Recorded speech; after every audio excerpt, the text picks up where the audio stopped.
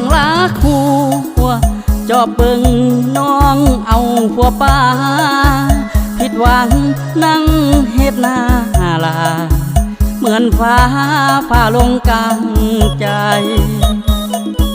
บัดเสินบัดสวนเนื้อนวลน้องบ่ส่งอายบ่กล้าเข้างานดอกอายอาศัยยิ่งหัวอวยพร